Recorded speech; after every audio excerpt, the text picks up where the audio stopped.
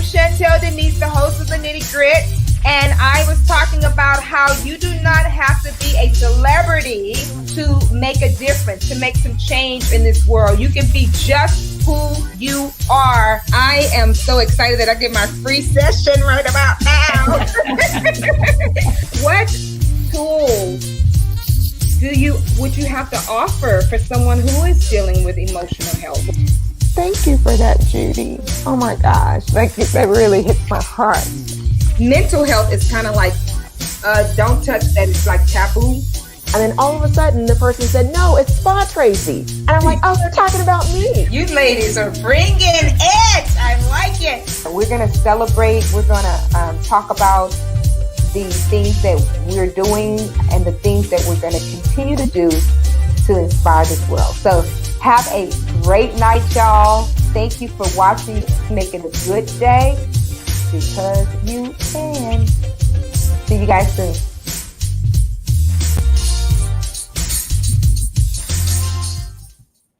Hey, y'all. Happy Friday. How you guys doing out there? I am Chantel Denise, and I'm so excited that you joined me this Friday. I know you could be doing anything in the world, but you are here, and I am excited. Y'all, my next guest for tonight, oh my gosh, I've had some beautiful people on, and everybody that comes on, you guys, they have something amazing to give us. And so I'm really, really excited about my guest tonight because she has so much valuable information, and just her wisdom about the healthcare industry is you got to pick her brain on this one. And so I felt like, let me pick her brain for everybody to get a chance to listen and see this incredible woman. So I want to invite my guest on. Her name is Connie L. Montgomery. Please welcome her. Hello, Connie. Hello, everyone. Hello. How you doing? Oh my goodness. Well. Oh my goodness.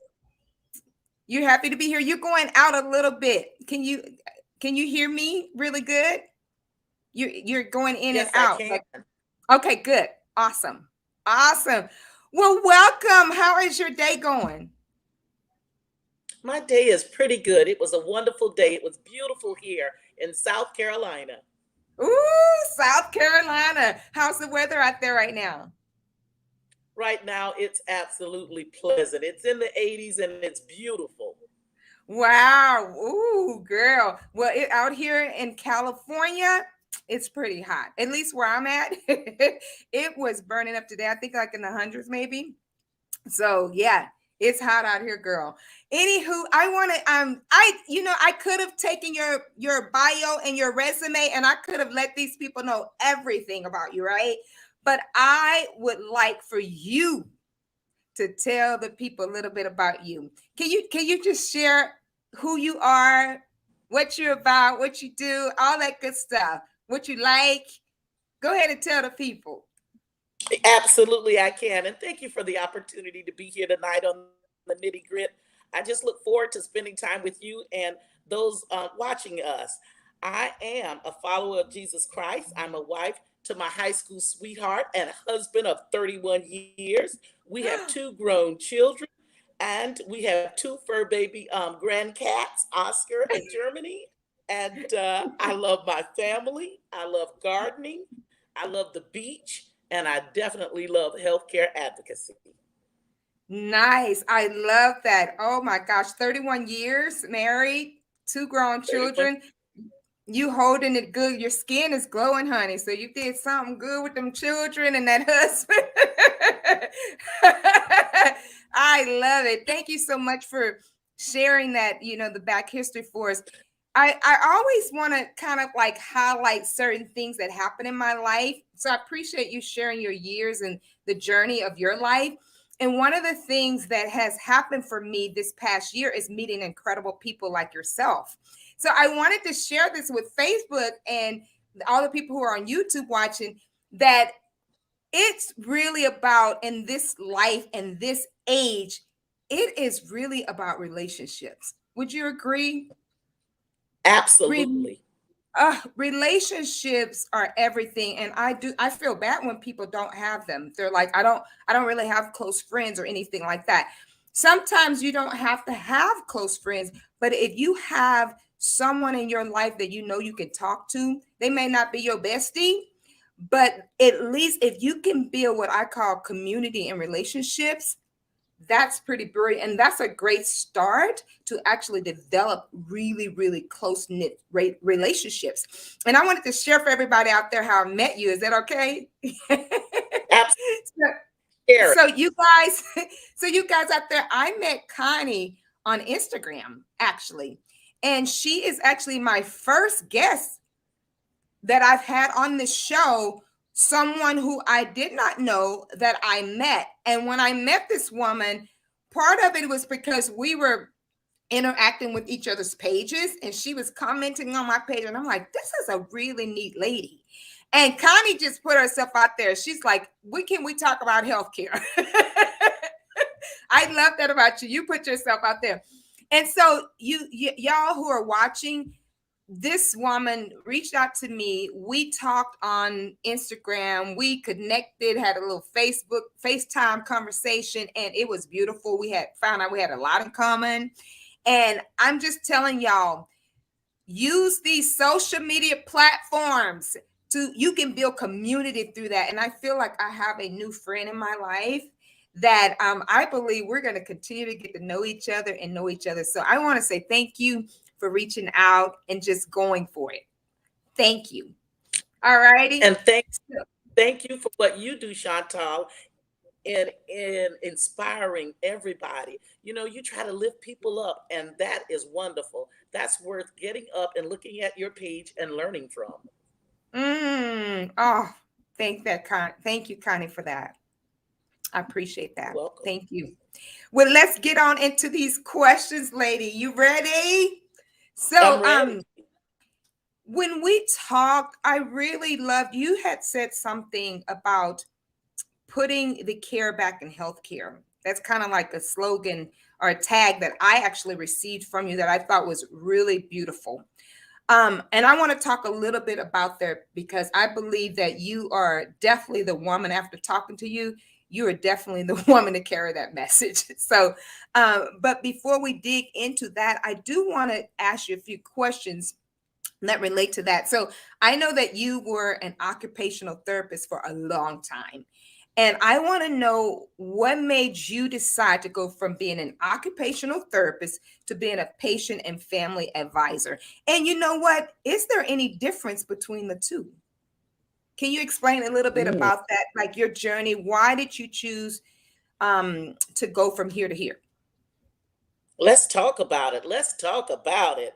Well, it was an accidental blessing from a vehicular car accident that led me to finding out that I had a lot of healthcare issues and undiagnosed medical conditions myself. Therefore, Wow. after that car accident, my life would change, but I did not know in how many ways it would change. First, I went through a period of what I would call denial, and then the next step, I would say, would have been a slow acceptance of the fact that I had so many issues that I were unbeknownst to me. Three rare healthcare disorders, pemphigus vulgaris and foliaceus, which are autoimmune diseases, and then rare factor 7 deficiency, which is a rare bleeding disorder, and then two chronic illnesses, which are diabetes and hypertension. And here I was, an occupational therapist, a traveling occupational therapist that had traveled and provided occupational therapy to pediatrics to geriatrics, from the younger kids to the older adults, as well as provided therapy abroad in Europe, in Germany, specifically in Baumholder on the military installation for the Army. Yet, I got in a car accident. And that's how I found out, after going to the emergency room, that my health state was in the shape that it was.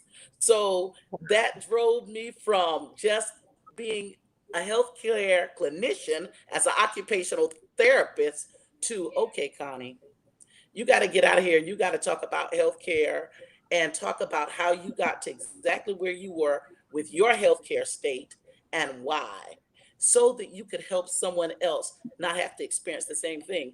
And through the patient and family advisory program, That's exactly what I learned to do, and I absolutely love it. And I've traveled all over the country talking about healthcare advocacy.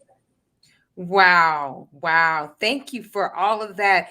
Oh my goodness. You mentioned like several things that you had. Now, are you still dealing with some of these conditions? Absolutely, absolutely. They're lifelong and they do not go away. And I was just blessed because being born with rare factor 7 deficiency, of course, it was congenital, it was from birth, but I had no idea. And even though I selected health care for a job, I had absolutely no idea that I was going to be in need Mm, of healthcare services. Because a lot of times, in a lot of Black or African American families, what happens in the family stays in the family. So you didn't go out and talk and tell people about your weaknesses, your sicknesses, your illness, or whatever disparities of whatever may be going on in your family. That stayed in your home. You just got tough and just tough through it, worked through it. mm, But after the car accident, being blessed by grant and scholarship, I was able to attend a national conference in 2011 in Chicago. And that made all the difference in the world because I saw other families and patients like myself that had rare bleeding disorders out talking, networking, sharing. And I learned from those people. And mm, I became one of those individuals that learned how to share, talk, and help other people with whatever illnesses or conditions they were working with at the time. Because, if you know something, then you can share it with your fellow mankind. It may be a resource that you know about that someone else doesn't not know about. Tell people mm. about it. Wow. I like that. I think most of our experience, or at least maybe possibly all of them, are meant to go beyond us anyway. They're not supposed to just be just for us. And so we have these life experiences where you're sharing, you had a life experience and you were like, wow, let me share this. Hopefully it could help someone else. I love how you mentioned something earlier. You said that you were actually in denial of what was Mhm. actually going on with you. And I think that it's pretty incredible that you did something with it when you found out what was going on with you versus, I mean, we could take different turns, we can get depressed, not do anything, be sad because this is happening to us, or be down because it's not working out for us and we don't feel well, bitter because our life is not the way it's supposed to, or we feel it's supposed to be. I love that you did something with it and you are continuing to be an advocate for people's health, so that's pretty spectacular and pretty awesome. So kudos to you for doing Mhm. what you do. um, Thank, I wanted to thank ask you, you're welcome, darling.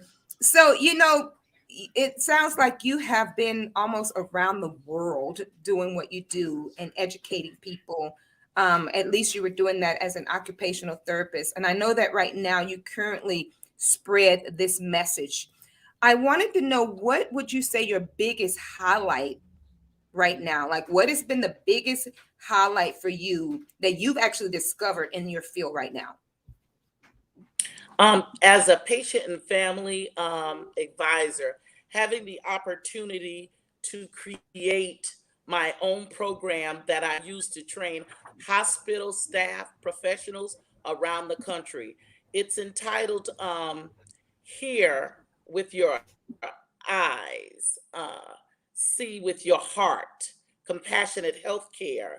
And it's a play on words because what I'm asking the healthcare professionals and staff to do is to, yes, use their medical expertise, but also, really look at people, really listen to them when they speak, and truly build a rapport and engage in a relationship with them so that when you start talking about healthcare issues, they'll be more apt as patients and family members to open up to you and share with you. And therefore, you'll have better health outcomes when working with them because they'll listen to the advice that you give and try to take, the medical intervention that you recommend, whether it's prescription or whether it's some type of physical or occupational therapy or whatever have you. Once you build that rapport and relationship with people, then 9 times out of 10, they're more apt to listen to you and work with you. So partner with your patients, because the patients are the subject matter experts. The patients are the people. We are the people that come to the table with what I call lived experience from having lived with the diagnoses and medical conditions. Oh, girl, you better say that stuff. The patient, I love that. The patient has the experience and they come to the table with it. And what you just communicated to me is not to ignore people and what they come to the table with, that you got to be listening to hear their story. That's what community is all about. And I love that about you. When I talked to you for the first time, I got that from you, that you are a woman who's listening, you're in tuned, you're engaged. And what you're sharing doesn't surprise me because you were doing it when we were talking. So that's I love that, Connie. Oh my gosh. Can you repeat that tag again? Because I want people to hear that again. We as patients are the subject matter experts. So many times when we go to see healthcare practitioners, often we think they are the experts because, yes, they have medical training. And I understand that, because I'm a retired occupational therapist, and going to school, we learn a lot and all of that. And that's great. But these individuals that are living with these diagnoses and medical conditions, these individuals are the subject matter experts because they have lived experiences with these health conditions, and they can give us valuable information that will help us help them make the best of whatever situation they're in. Y'all hear that? So everybody who's watching out there, if you have any condition, if you are struggling with your health, any autoimmune diseases, whatever it is for you, you actually have the ability to help other people learn a little bit more. Even doctors learn a little bit more about your situation by talking about your situation. This gets me on the subject of, I don't know if you can relate to this, but we as women, I don't know if you can relate, but I know for me, there's been a lot of times I did not take care of myself physically, right? I mean, I was going to the gym and doing all that running and walking and stuff like that, but going to the doctor. And I remember a doctor asking me stuff, and I'm like, listen, I just want you to give me something to stop whatever this is going on. I don't have time to be telling you all these things of my experience and what happened at 8 o'clock and what happened at 10. And does it go on for an hour or 30 minutes? I don't have to, just give me what I need, right? And what was happening in that moment is I had the opportunity to educate him about my situation. But I was so rushing to get out of there because I had other stuff to do. Right. And so I think sometimes as women, we don't take care of ourselves. We know we need to go to the doctor and we wait till the last minute till we just can't even hardly get out of bed before we go do it. I don't know if you can relate to that, but I have done that. And so when the pandemic hit, I actually started taking care of myself because I was like, I better take care of myself because this thing is coming every way it's hitting everywhere and every angle. So let me get my butt to the doctor and make sure that I keep up with my appointments. And you had everything was taken away from you, right? Some people didn't get to go to work.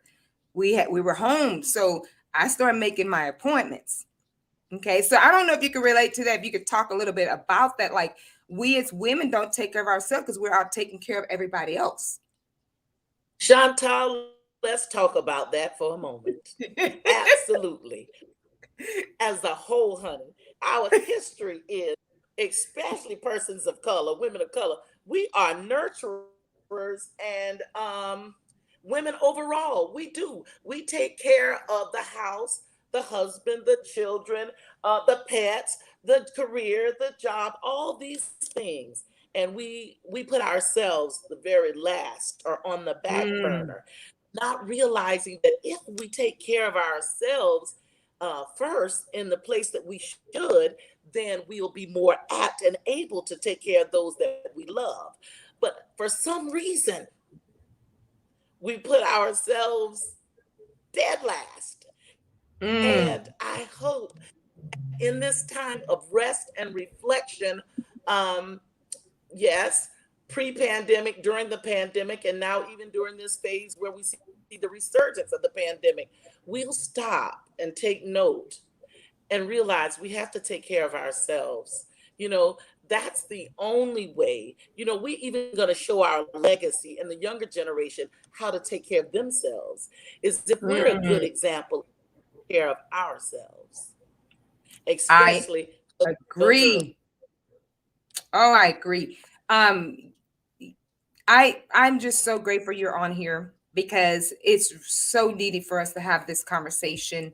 And I hope those of you who are women out there, you know, the cool thing about it is that God has given us so many skills. I mean, so many talents, so many gifts, and we are nurturers and we are able to take care of people, especially if you're a mother. You have been taking care of people from the time that child was born. But even generations before us, you know, as you were mentioning, our mothers, and you talked about helping the generation after us, we have to be the examples. If they're growing up around us, watching us always be busy, and mom, I never saw mom take care of herself. I never saw mom go to the doctor, or I never saw auntie take care of herself. You know, she was always doing things for other people. We are not really setting the example I know we want to set, right? We don't want to set that kind of Absolutely. example, but we're setting it. So there has to be a change. And I love when you talked about bringing the care back in healthcare, which brings me to my next point. I had a question. Okay. This question for you kind of like alludes to this of the putting the care back in healthcare. What are your concerns about the healthcare industry right now? What would you say some of your concerns, or if you can just give me one that you have or that you've been thinking about that you can share?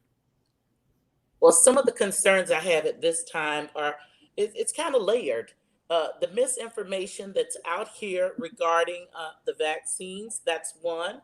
The shortage that I'm seeing in healthcare staff across the country, that's two. Mm, And the third would definitely have to be the lack of care I'm seeing for people who are in underrepresented and marginalized communities. I think we're trying to do better about it, but we do have a ways to go in those areas. The first one regarding the misinformation, uh, because technology is so readily available, people will go online and they will look up something and may not realize that that has not been well researched or have proper resource or mm, evidence based medical information. And they just go on what they read or heard. Then there may be those that have been working in healthcare. This is the second point that have just, you know, they're tired. And now this resurgence with the pandemic and these different mutations from um, COVID 19. And we're seeing the Delta variant, the Mu variant, the Lambda variant. We're seeing all these new variants coming about. It's overwhelming, and the healthcare staff, you know, they're tired, they're exhausted, and some of them are frightened, of course, because they don't want to take these things home to their family members. So we're seeing shortages there. Um, and that's more evident now since the pandemic.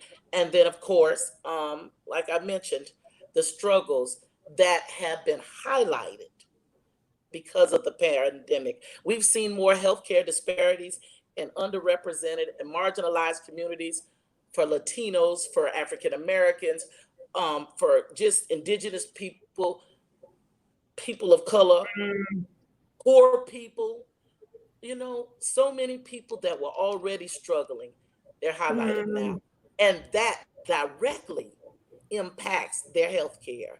And that's another thing that I love to bring to the table when I'm talking or speaking nationally about health care.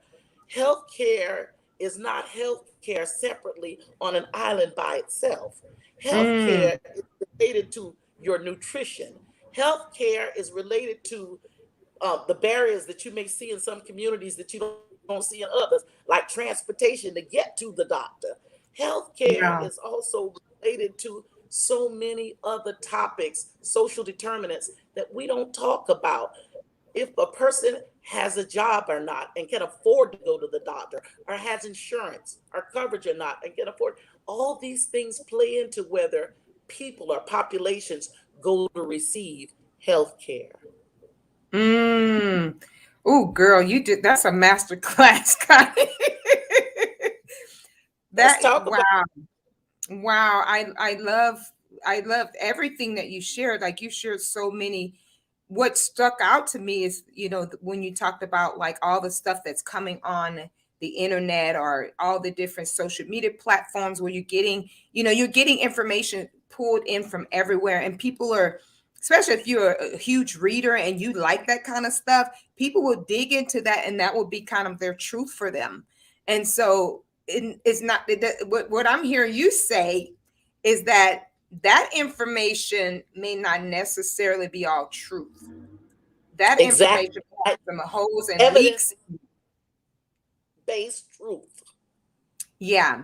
So it's like, wow. So I think that, we, all of you who are watching, we have to really, one thing I think I told my husband this, but we were talking, and I said, I have to watch my intake. We need to watch our intake. And what I mean by that is what kind of information we receive in. Because everything that comes your way is not meant for you to take in. So you have to have a little bit of discernment and a little bit of wisdom to really know, okay, what's good. And that concept can be on many levels. And when you talk about nutrition, it could be your intake, what you're taking in, what you're eating, what you're feeding your soul, what you're feeding your mind. We have to, as people, watch our intake. And I see it out there, like all this different stuff. And I'm like, well, who's telling the truth here? And what do you believe? What do you believe about the coronavirus? What do you believe about the different variants of it? So I appreciate you having this conversation with me, but I wanted to know from you, like, with the concerns that you have, what are some of the ways you are personally addressing some of these concerns, like even in your field or even in your home? Like, tell me some of the ways you are personally addressing the concerns that you have.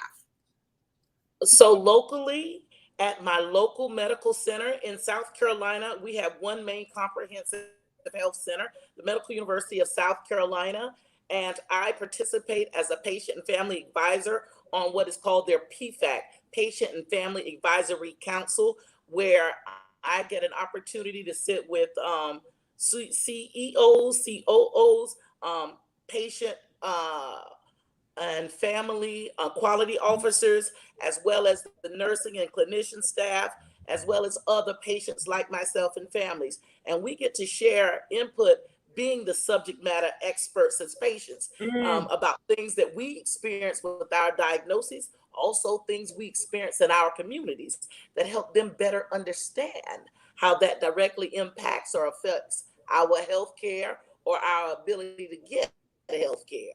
So we definitely do that way. But also for the nation, for the American Hospital Association, I am South Carolina's ambassador for the vaccine PSA. And I share with others about the importance of getting the vaccine to decrease hospitalization, number one, to decrease the potential of death, number Mm, two, and number three, to make it safer for your loved ones and your community members around you. So those are some of the things that I do to just move the needle forward to make healthcare better in my community as well as out in the nation. And like I say, I've developed a program where I go around and I teach hospitals and healthcare centers and healthcare staff, as well as do a little bit of lecturing at colleges regarding healthcare advocacy from the patient nice. perspective and the provider perspective. Nice. I love that you have the ability to do both. You got your experience, but you're also all of it is your experience actually. So part of it is you've actually, as a patient, experience it, and then as a healthcare professional, you can talk about it because you've been educated on it.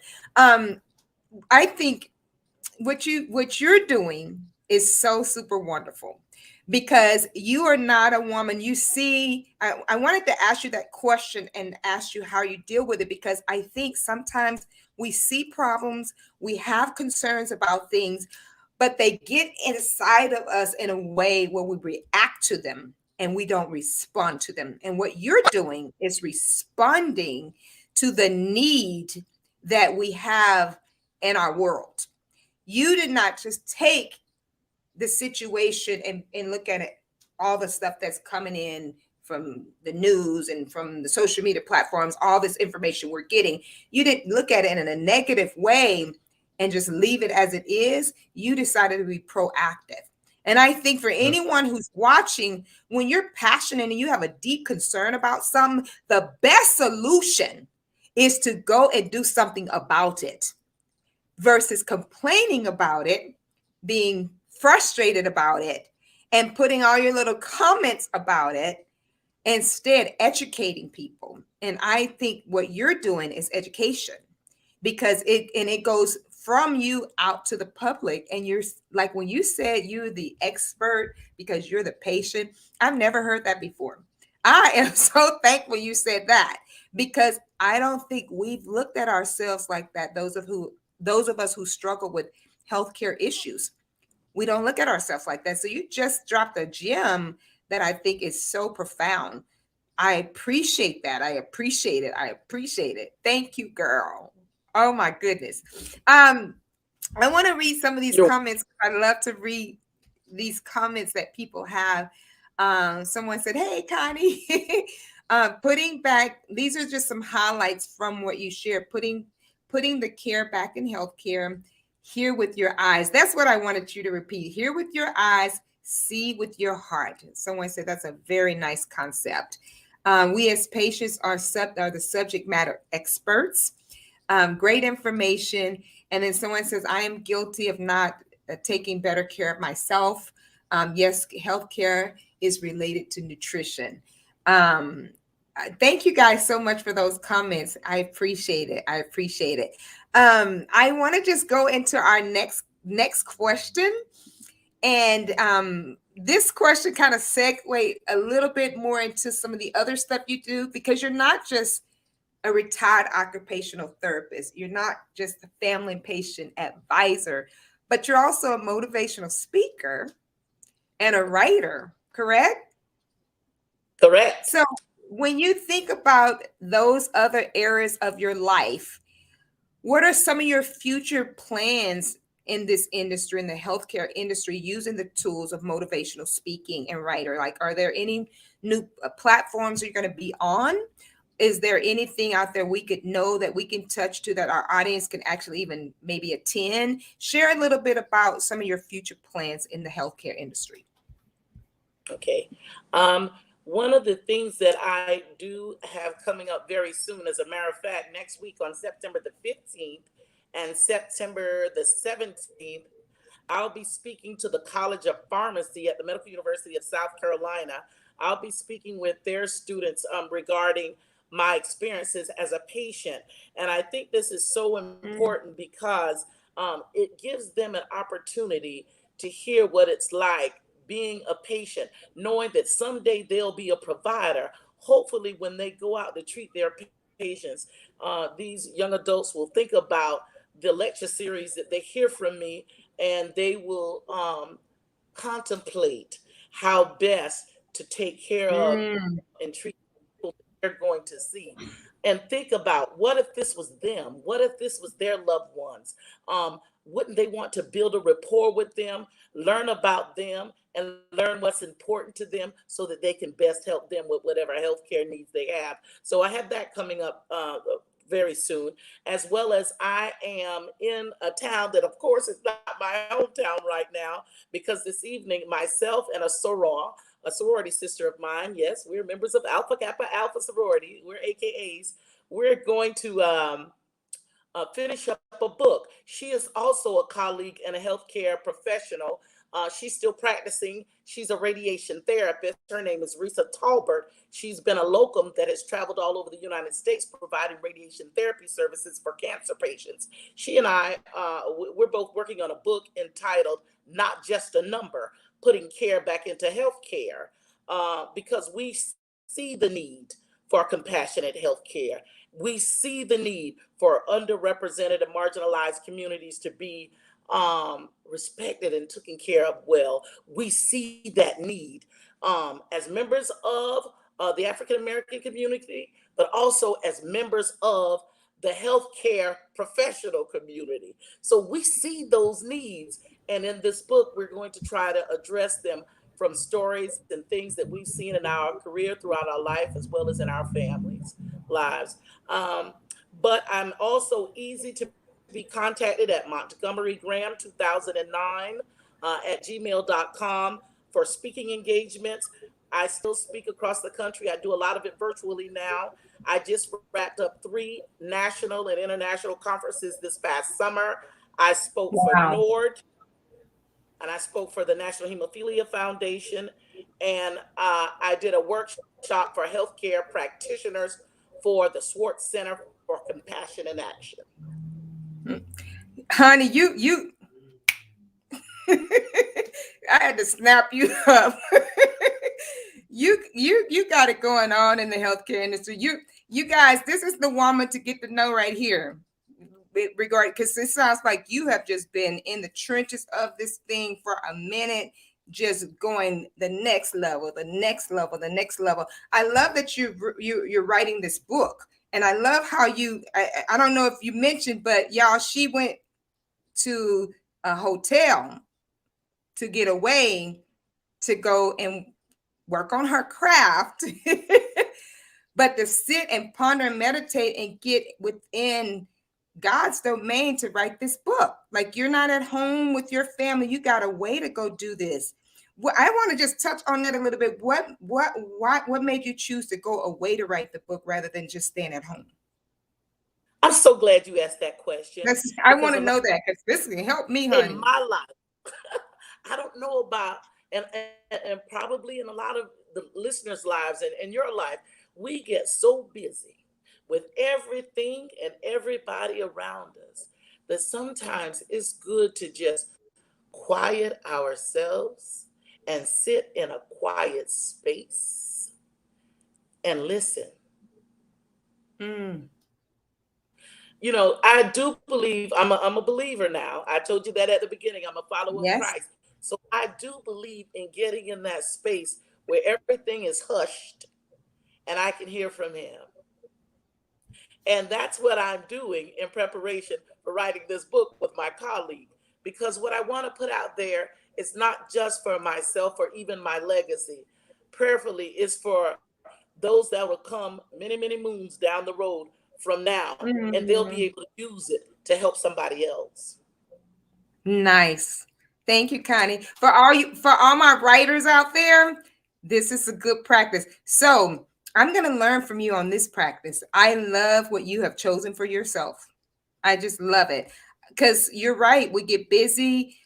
We don't do the things we have in our heart to do sometimes because of the busyness.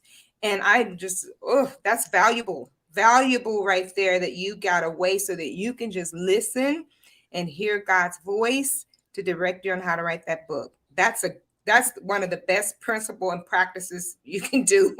So thank you for being an example with that. As we were talking about your motivational speaking and your writing, and you're at this hotel doing this writing with your colleague, what are your future goals besides, once you finish this book? Are you seeking to make some global impact with what you do? It sounds like that's what you're doing. I know you've made some direct community impact. I mean, would it be either or both? Can you explain both? And what steps are you looking at? Go for it. Okay.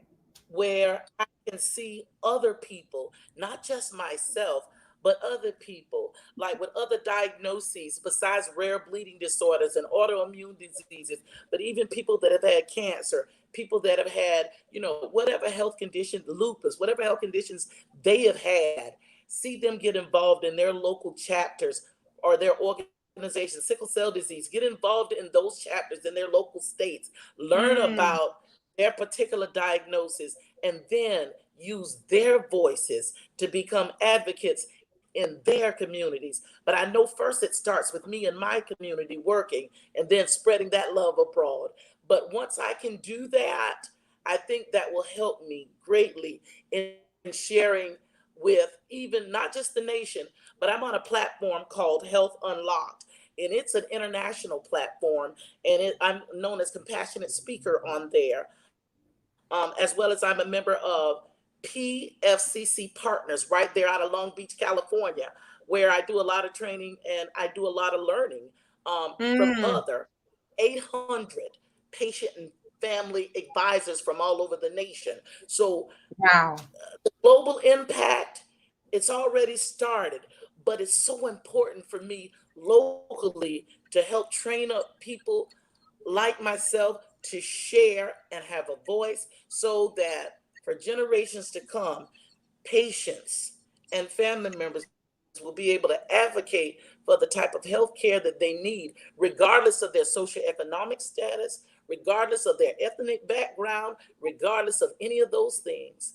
They'll be able to reach out and get the help they need. Thank you, Connie. Thank you for doing that. This strategy that you have, you mentioned that it's already kind of global, but it's when you were talking, I saw the passion in your eyes just about local, like you lean into the camera, honey, because you value you see the importance of it starting locally, right at home where you're at. that that is what makes it bigger change when we start local. And you give it, I was going to ask you, what are your steps? You've already given your steps to start locally first, and then it broadens itself, training up people like yourself. Woo, that stuff right there. Can you imagine if every individual took what they were passionate about or their expertise in some and pass it on by training somebody else to carry the torch?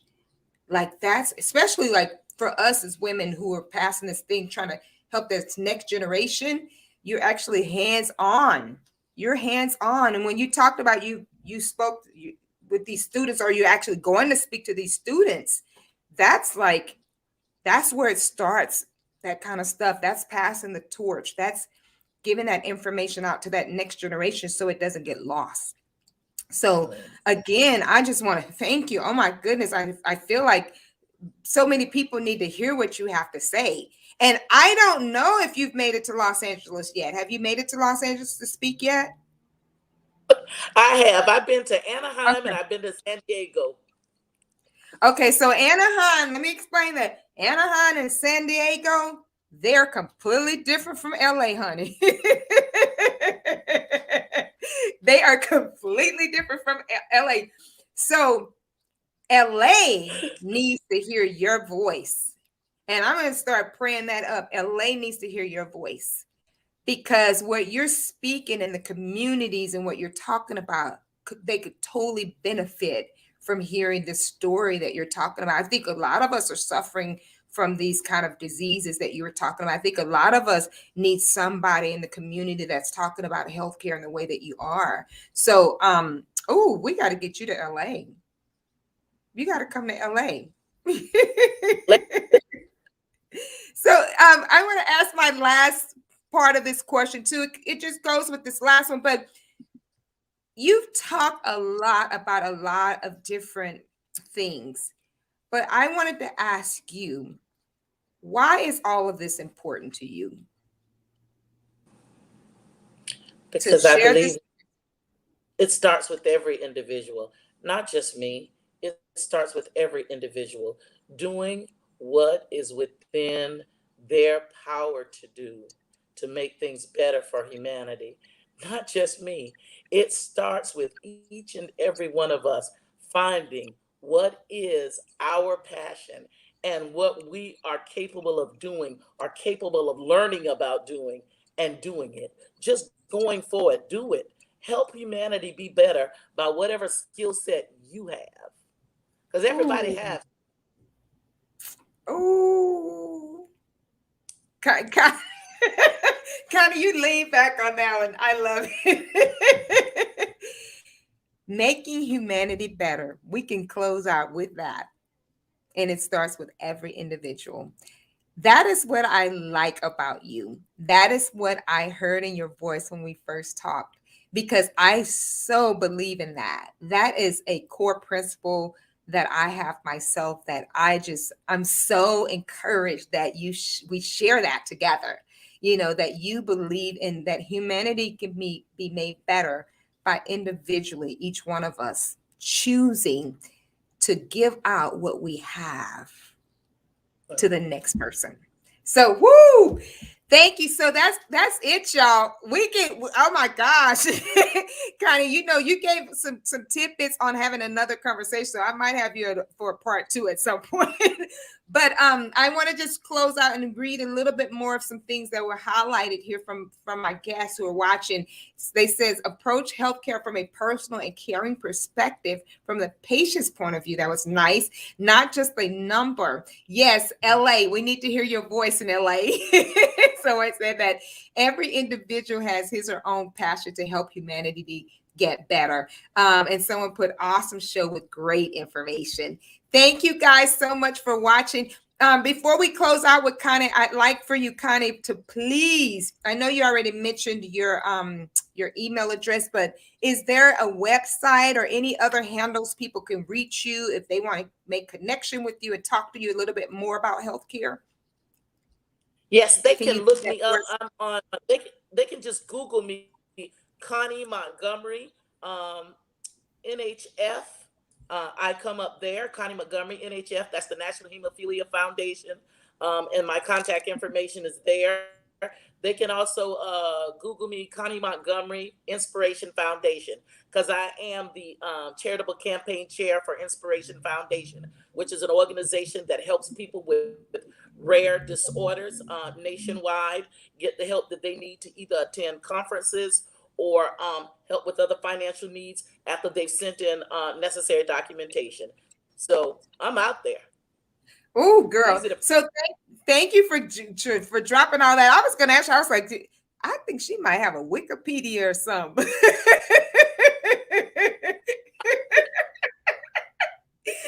Now you Google somebody, it's like Wikipedia, and you got all your stats right there. Wow. So you guys got all that. Oh, my husband just put it in the chat so that people can get it if they want to write that stuff down.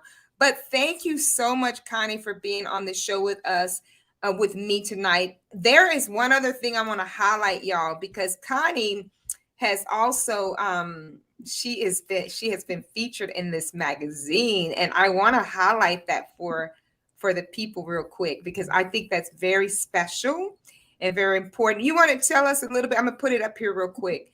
Can you guys see that? Yes, that's HemoWare magazine.